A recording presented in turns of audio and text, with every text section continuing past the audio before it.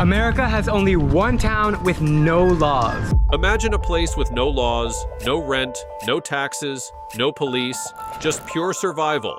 Deep in the California desert, Slab City is more than a lawless wasteland. It's a real-life Mad Max outpost.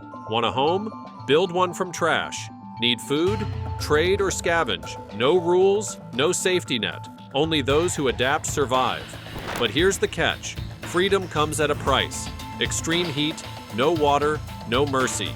Some call it America's last free city. Others, a post-apocalyptic nightmare. Would you survive a single day, or would Slab City break you? Let's find out.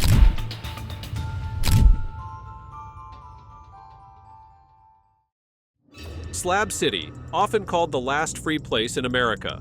This is not just a phrase thrown around casually. It is a way of life etched into the daily existence of its residents, a bold declaration of independence, and a tangible reality for those who have chosen to make their home in this off-the-grid community nestled in California's Sonoran Desert. Located in Imperial County near the U.S.-Mexico border, Slab City sprawls across 640 acres of public land with no official rules, no rent to pay, and no government services to rely on. There is no electricity grid humming with power, no running water flowing from taps, and no trash collection to keep the place tidy. Yet people live here, some staying for a few months, others settling in for years or even decades. Why would anyone choose to live in a place where the summer heat melts tires, where the nearest hospital is 50 miles away, and where crime is settled by whoever has the biggest gun? It sounds like a nightmare. So why do people stay? What dark secrets does Slab City hold? They stay because they choose to embrace the freedom it offers. After all, they need a place where no one demands payment for shelter, or because they have nowhere else to turn. In this forgotten corner of the desert, they have carved out an existence that defies modern conventions of comfort and structure, challenging the very notion of what it means to live freely. It is a place where survival is a constant struggle against the elements and circumstances. But for many, it is the only place that feels like home, a sanctuary where they can define life on their own terms. Can you even imagine living in such a place? Slab City is not an easy place to live by any measure. The summer heat is punishing, often soaring above 110 degrees Fahrenheit, and sometimes climbing as high as 125 degrees on the hottest days. The land is dry and unforgiving, cracked from years of relentless sun with little vegetation to soften its harshness. The wind sweeps across the desert, carrying fine sand that seeps into homes, clothes, and food, coating everything in a gritty layer. The roads are little more than dusty paths carved out by tires, rutted and uneven, making travel a slow and bumpy affair. In the absence of structured infrastructure, people rely entirely on what they can build, find, or trade to meet their needs. They use solar panels for electricity when they can afford them, haul water from nearby towns like Neeland 4 miles away, and dispose of waste in whatever way they can manage, often burning it in pits or driving it out to distant dumps. Those who cannot afford solar panels live by the flicker of candlelight or the dim glow of battery-powered lamps, recharging batteries when they can find a working outlet or a generous neighbor. Also, water? Water conservation is a necessity, not a choice, with every drop carefully counted and rationed for drinking, cooking, and washing. Trash accumulates quickly in a place with no pickup service, forcing residents to burn what they can or pile it up until they can make the trek to dispose of it properly. Every aspect of life here demands effort, ingenuity, and resourcefulness. There are no quick solutions to problems, no safety nets to catch those who falter, and no outside help to call on when things go wrong. Now tell me, will you ever live a life like this? Can you even imagine staying there for an hour? Comment your thoughts. Now here's the thing. The lack of infrastructure is precisely part of the appeal for many who come to Slab City. This is a place where people are free from the constraints of mainstream society. There are no landlords knocking on doors for rent, no utility bills arriving in the mail each month, and no corporate offices dictating schedules. There are no zoning laws to dictate what can be built or where, and no building permits are required to erect a shelter. People make their homes in whatever they can find or afford. Old RVs with peeling paint, trailers patched with duct tape, converted school buses, or handmade shacks constructed from salvaged wood, metal sheets, and discarded pallets. Some live in tents that flap in the wind, others in vehicles parked on the slabs, their windows covered with blankets for shade. Some build elaborate compounds with makeshift fences of tires or scrap metal, topped with solar panels and adorned with personal touches like painted signs or wind chimes. Others sleep under the stars with nothing but a tarp stretched over a rope and a sleeping bag spread out on the ground. What they all share is the desire, or sometimes the necessity, to live outside the system that governs the rest of the country. Some see it as an experiment in self-sufficiency, a chance to prove they can thrive without modern conveniences. Others view it as a last refuge from an unforgiving world that has left them behind, a place where they can escape eviction, debt, or judgment. It is a place where the rules of modern life simply do not apply, where people create their own structures of living, and where the only authority is the will to survive and the strength to keep going. But here's the thing, Slab City wasn't always like this. Once, it was a military stronghold, a place designed for war. So how did it go from a government base to a lawless desert? The truth might shock you. The origins of Slab City trace back to World War II, a time when the desert was not a haven for outcasts, but a strategic military outpost. In 1942, the U.S. Marine Corps established Camp Dunlap as a training base to prepare soldiers for desert warfare, particularly in anticipation of battles in North Africa and the Middle East. The facility was a sprawling complex with paved roads, a water supply system drawn from nearby canals, and buildings that supported thousands of military personnel during its peak years. Barracks housed troops, mess halls fed them, and training grounds tested their skills under conditions that mirrored the harsh environments they would face overseas. Engineers also used the site to study concrete durability, pour slabs to see how they held up against the desert's heat and wind, and research that informed wartime construction projects. But as the war drew to a close in 1945 and the need for such bases diminished, Camp Dunlap's purpose faded. By 1956, the military decommissioned it entirely, stripping the site bare of most structures. They dismantled barracks, removed equipment, and left behind only the large concrete slabs that had served as foundations for the buildings. These slabs, weathered but intact, became the namesake of Slab City, standing as silent remnants of a past that had long been forgotten by the outside world. For years, they sat unused, baking under the sun, a relic of a time when the desert echoed with the sounds of marching boots and rumbling tanks. The first people to arrive after the military left were drifters, squatters, and veterans who had once trained at Camp Dunlap during the war years. Some were drawn by nostalgia, remembering the base from their service days, while others sought solitude in a place far from cities and crowds. Over time, more people came, each with their reasons for settling on the slabs. Some were retirees looking for a place to park their RVs without the burden of monthly costs, tired of rising rents and fixed incomes that couldn't keep up. Others were survivalists who wanted to test their ability to live off the land, equipped with skills they had learned or a determination to figure it out as they went. There were artists and musicians seeking a space where they could create without restrictions, free from the noise and expense of urban life. Some arrived out of necessity, escaping financial ruin after losing jobs or homes, their savings drained by medical bills or bad luck. Others came by choice, drawn to the lawless appeal of a place where no one told them how to live, where they could wake up each day without a clock or a boss. As the years passed, the population of Slab City grew, shifting with the seasons as winter brought snowbirds fleeing colder climates and summer thinned the ranks with its brutal heat. It became a sanctuary for those who had nowhere else to go, a magnet for those who rejected the world beyond the desert, and a home for those who found peace in its rugged emptiness. As time passed, the community developed its rhythms and structures, not through formal organization, but through the habits and necessities of its people. There are no official leaders elected or appointed, no council meetings held in a town hall, but there are those who take on roles in maintaining a rough sense of order. If disputes arise over space, resources, or behavior, They are settled among residents through conversation or confrontation, depending on the situation. Theft is not tolerated. It is a serious offense in a place where possessions are hard-won and essential for survival.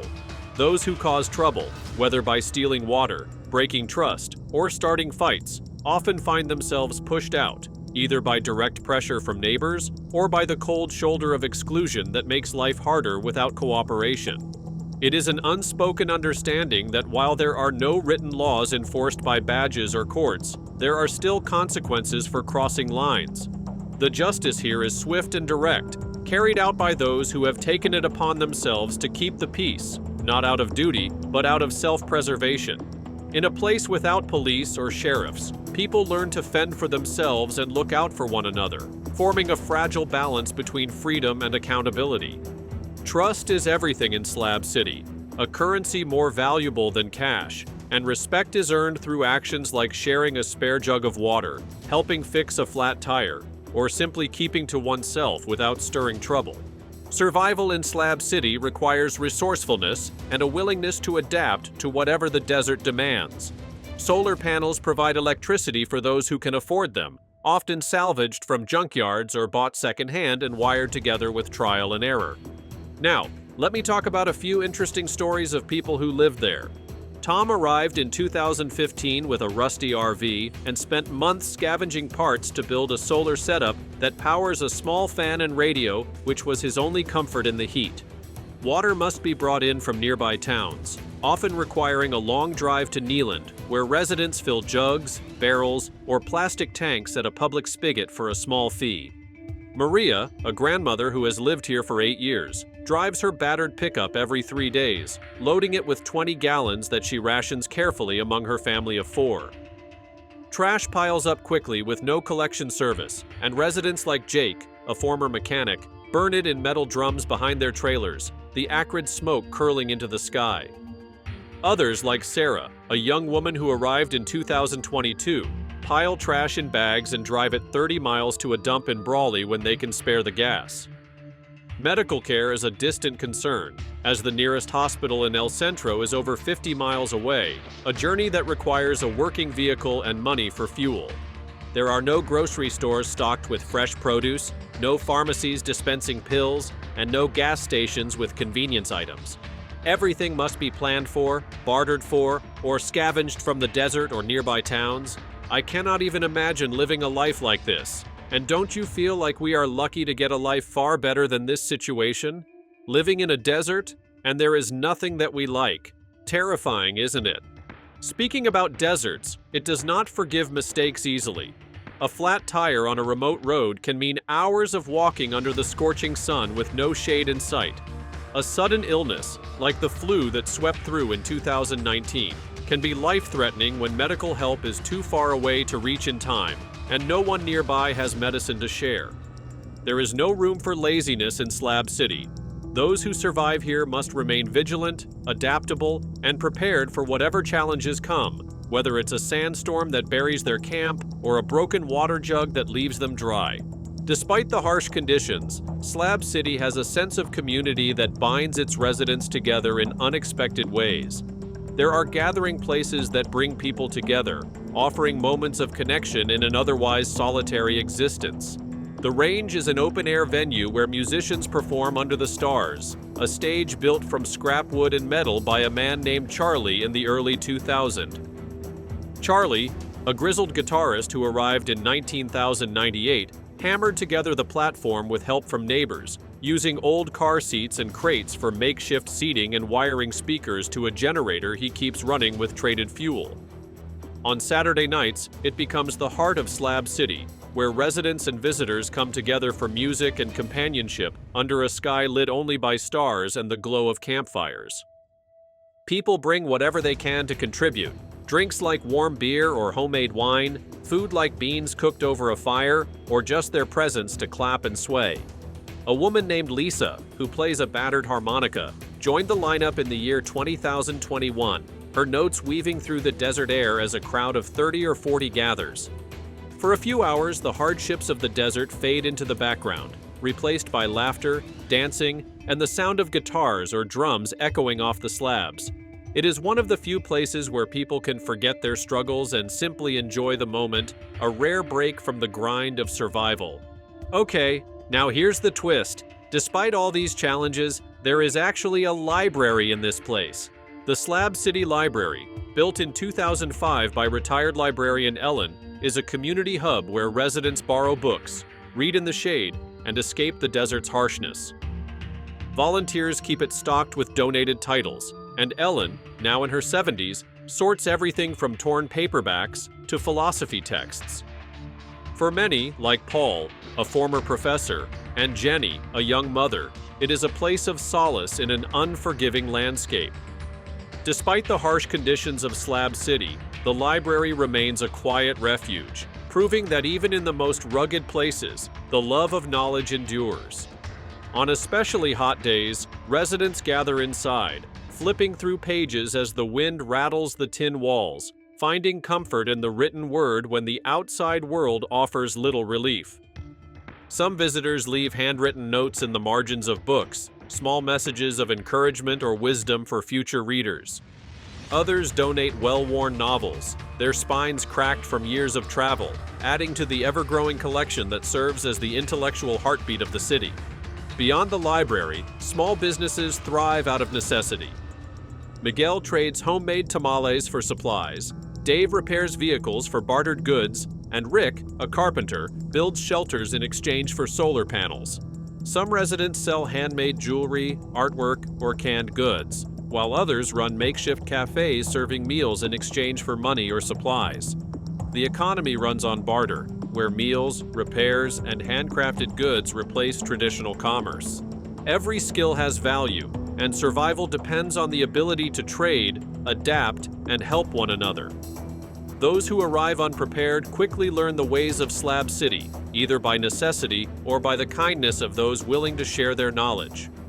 Some new arrivals struggle at first, unfamiliar with the rhythms of desert life, but the community often steps in, offering advice on how to conserve water, where to find supplies, and which spots provide the best shade during the blistering summer months.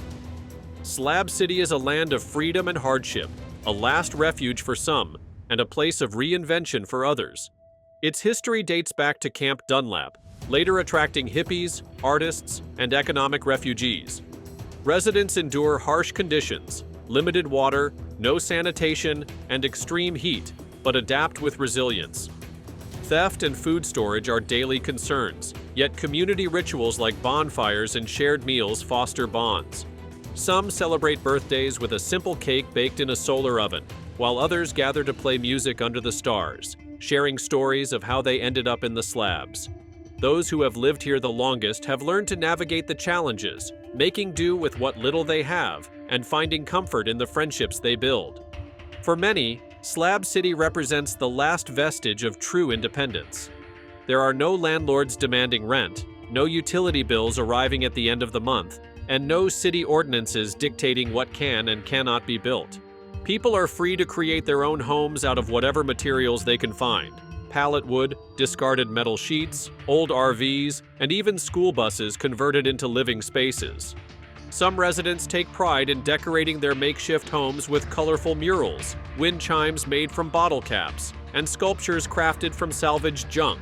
Art thrives here, not because it is profitable, but because it is a form of expression in a place where rules are few and individuality is celebrated. The sense of community is strong, though not without its challenges. Conflicts arise, especially when resources are scarce, but there is an unspoken understanding that everyone here is trying to survive in their own way. Arguments may flare up over stolen supplies or broken agreements, but just as often, there are moments of unexpected generosity, someone sharing their last gallon of water on a scorching day, or fixing a neighbor's solar panel without asking for anything in return. The desert is harsh, and those who remain learn that survival often depends on looking out for one another.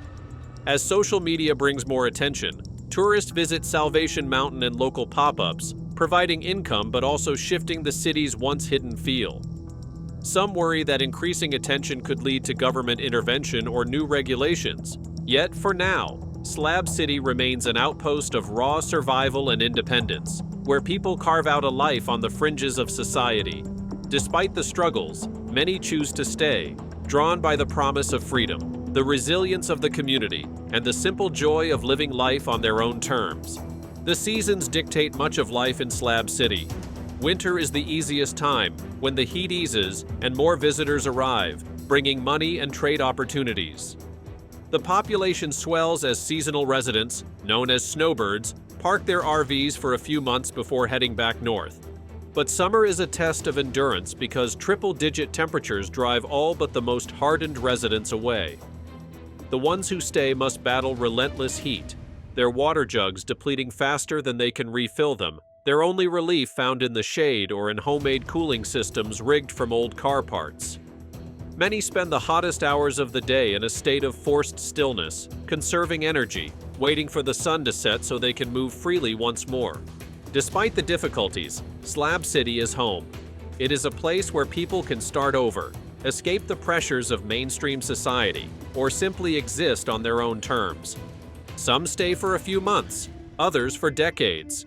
There are no leases, no contracts, just the land and those willing to live on it.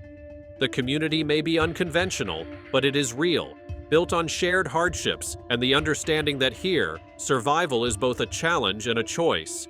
Here, in the heart of the desert, people find their own path. Whether they stay for a season or a lifetime, each person leaves a mark, woven into the fabric of a place that continues to defy expectations. That wraps up today's video. So what do you think? Did it spark a desire to visit Slab City at least once in your life? Or are you still convinced it's a total nightmare? Drop your thoughts in the comments below. And here's the real question. What happens when the government decides it's time to shut this place down? Also, if you enjoyed this, don't forget to subscribe and check out our other videos for more adventures.